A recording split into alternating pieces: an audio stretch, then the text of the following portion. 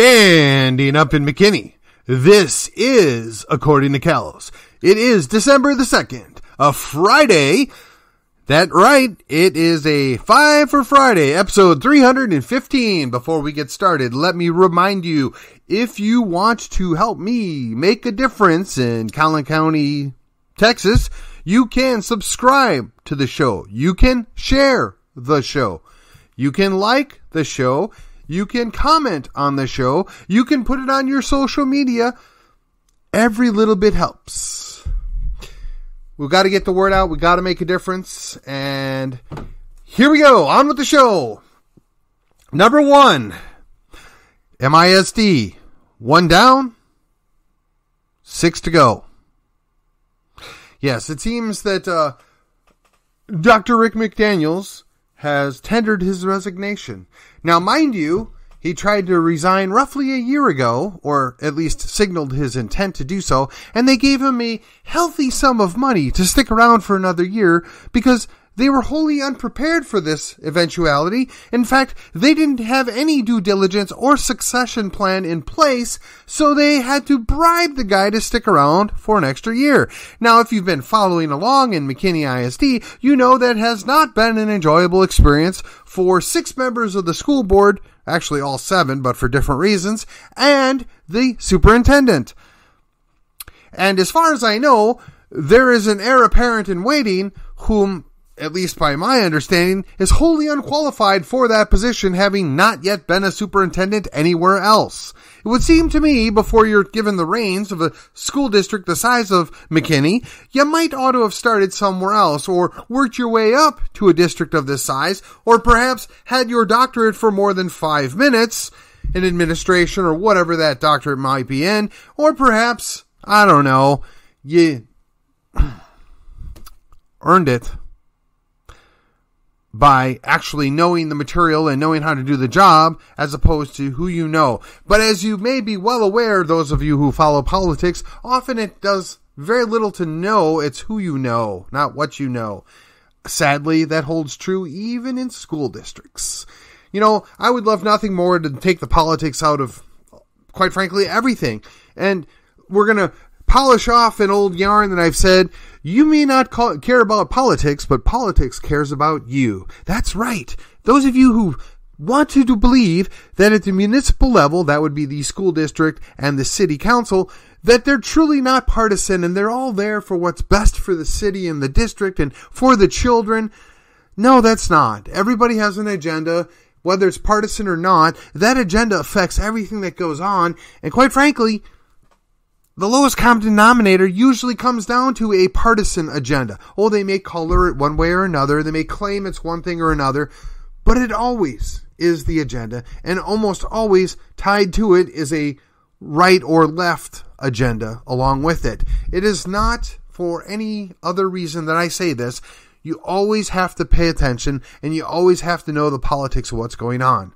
So I would say to you that if McKinney ISD fails to do a full nationwide search for an appropriate succession of a superintendent, perhaps maybe getting somebody with, lots of experience in a school district that was at least the size of McKinney before they hire somebody, I would be severely disappointed. I would be even more disappointed if they try and say, well, we've been grooming this individual to be the superintendent for some time, yet nobody has any idea what that person's been doing, and they don't have the qualifications to justify it. It's not like McKinney's got 20,000 people or 50,000 people anymore. We have over 200,000 people. There's a certain level and a certain expectation put upon a superintendent or a school district when you achieve that status. We're paying the guy $1,000 a day to be our superintendent, which may or may not be a lot of money depending on how you look at it. But I'm a little concerned, just who are we going to throw into that spot when he leaves? Number 1 done. Number 2, the best or the most conservative state representative that we have in Collin County has made his number 1 bill that he's put out today, or so far, if you will, a bill to remove Confederate Heroes Day. Yes, because there is a cry and a need to dismiss the history of Texas, to blot out what's gone on before, to not revere our past. No, we can't allow that. We must do that. Never mind the border, still a mess. Never mind the drug mess. Never mind the genital mutilation. Never mind the trans this, that, and the other thing. Never mind that we can't even protect the boys' bathroom or the girls' bathroom. No, we have to be worried about somebody might celebrate something having to do with Confederates. I'm just going to say that seems to be a little bit of a misplaced priority, and sadly, it's by what up to this point would have been the most conservative state rep we have in Collin County. Color me extremely disappointed. Number 3. The Republican Party of Texas has a list of priorities. Those priorities, nowhere on there is anything that has been put forth as of yet. Hey, but don't worry. Apparently there's somebody out there who wants to make sure that men can get their abortions too. This is the clown world we live in, even in Texas. Don't understand it, but that's what we're doing. We're worried about things that we need not be worried about, where the priorities are quite clear what the Republican Party, what the conservatives, what those people who get these guys elected want, and they pay very little attention to them. They may give a little lip service, but at the end of the day, they're going to do just enough to get themselves reelected. Well, I'm going to tell you right now, I'm not alone this time. There's going to be a whole lot of us watching what goes on down in Austin. There's going to be buses going down. If you are so inclined, you should reach out to Brandon Burden in Frisco, North Texas Conservatives. They're going to be running that bus down about once a week. Contact him and get on board. Go down and see our state reps in person. Our state senator, she'll be down there too. If you would rather just sit at home and do a video chat, you can reach out to Brian Newman over at Collin Strong. Generally, the party leaders and the club leaders are the ones that do most of the talking. But as a precinct chair or a invited guest, you can listen in and you can hear what's going on and you can get the feedback. I'm sure Brian would appreciate hearing from you. Look, these guys aren't going to do anything we want them to do if we don't hold them to it, if we don't make sure they're accountable for what they do. Now, I would tell you that last session was marginally better than the session before, which was marginally better than the session before that. That's all we can hope for, is to keep moving the needle, keep pushing a little more. It is a priority that we don't have Democrats as chairmen on these committees. Dade Phelan, I don't think he cares one way or the other. I think he does whatever suits him best. But if our state elected officials don't go to the guy that they elect to be the speaker and say, hey, you know, my constituents really don't want you to be putting any more Democrats in charge, and they're really going to beat me up if I support you as the Speaker of the House this term, I really need you to not do that. I mean, if they're not even willing to do that, why do we need them? What is the purpose of sending a state rep down there if they're not going to actually represent us? Inquiring minds want to know. Okay, number 4, update on the book. So, I mentioned earlier in the week that I was going to be doing a review on the Benedict option.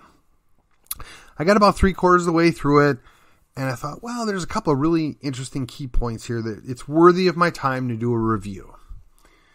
Just as I'm about to wrap up the book, Rod Dreher piles on a guy related to this book on Christian nationalism.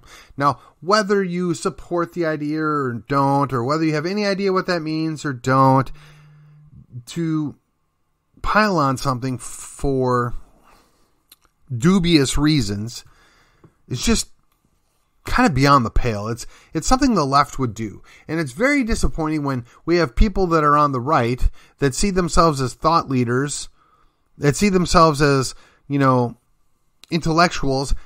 They pile on people because they got offended. I'm sorry, but that's not really impressive to me. And that would be bad enough in of itself. But then I come to find out, and I guess I live in a hole because I had no idea. But apparently, in April of this year, Rod and his wife decide to go separate ways. And apparently they have been in a bad spot for 9 years. But he just let it go. He's over in Hungary or wherever now, not paying any attention to his wife and kids. He has 3 kids. Now, I don't know how old they are. It's, I don't mess around with people's private lives. I stay out of that. I'm not going to choose sides. I don't know what went on. But it would seem to me that your number one priority is to save your marriage. I mean, look, I can't say that my wife has a super easy job being married to me, but she makes it quite clear when I'm coloring outside those lines too much and I need to rein it in. She is a very good partner to me. And I would just suggest that I keep that in mind when I'm looking at this book, because out of the 200 some odd pages in there, I had 3 takeaways.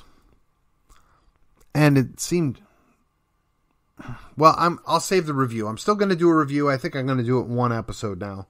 I really thought I'd have more to say on it. I just don't see it. So that's my update. Just really disappointed that I didn't want to find out about that author, because that kind of put a damper on my spirits. But honestly, the book was a little bit of a letdown, just to be upfront about it. But we're still going to talk about it. I think there's still some redeeming, interesting things in there, and we'll carry on. All right, number 5, Christmas parties. It's that time of year. Everybody has a Christmas party. Every group wants to, entertain you, bring you in, get involved. So to that end, I am partial to the group I belong to, which is the Collin County Patriots, and we are throwing in with at least a half a dozen, maybe a dozen other Republican or conservative clubs in Collin County. And on December the 12th, which is next week Friday, I believe. No.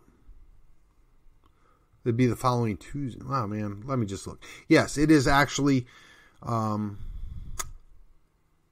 next week Monday, but the following Monday. So 10 days from now. Boy, I could do that math, can't I? We're going to have a Christmas party. It's going to be at December 12th. I said that 3 times now. At 6 o'clock p.m. at the Redemption Point Church. That's 107 East Lamar. And we have wrangled the special MC of none other than Alex Stein. Now, I will tell you up front, not expecting a whole lot of party officials or elected officials. Quite frankly, some would say that's better. More time for the grassroots, more time to talk in kibitz without having to get a speech about all the things that they say they're going to do in Austin. But if you have the slightest bit of interest or you're the slightest bit involved, come and join us at the R3C, Republican Coalition of Collin County, for those of you playing along, Christmas party. We're going to do a fundraiser for some charities. We're going to just have some fun, some games, and don't forget to wear your ugly sweater or Christmas outfit if you are so inclined. Now, this is all over social media. There have been emails that have gone out, and I'm looking forward to it. The last several have been a lot of fun. It's time to set aside the club differences, the degrees of conservative issues. All that stuff gets set aside. We come and celebrate our Lord's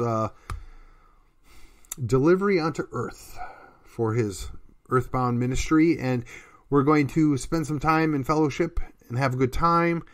And when that's done, then we can go back to the business at hand, which is grassroots organization and lobbying to get conservative things done down in Austin.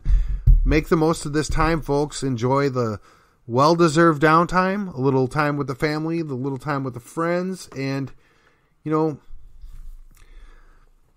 maybe just a little reflection on reminding ourselves that no matter how tough things may be, no matter how discouraged we may be, we still live in one of the best states in this country.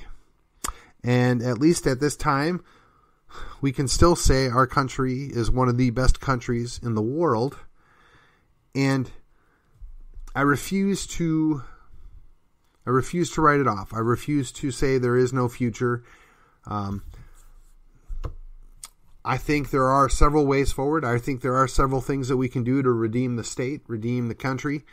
It just is going to require a lot of hard work and dedication, and some people that are willing to make a sacrifice.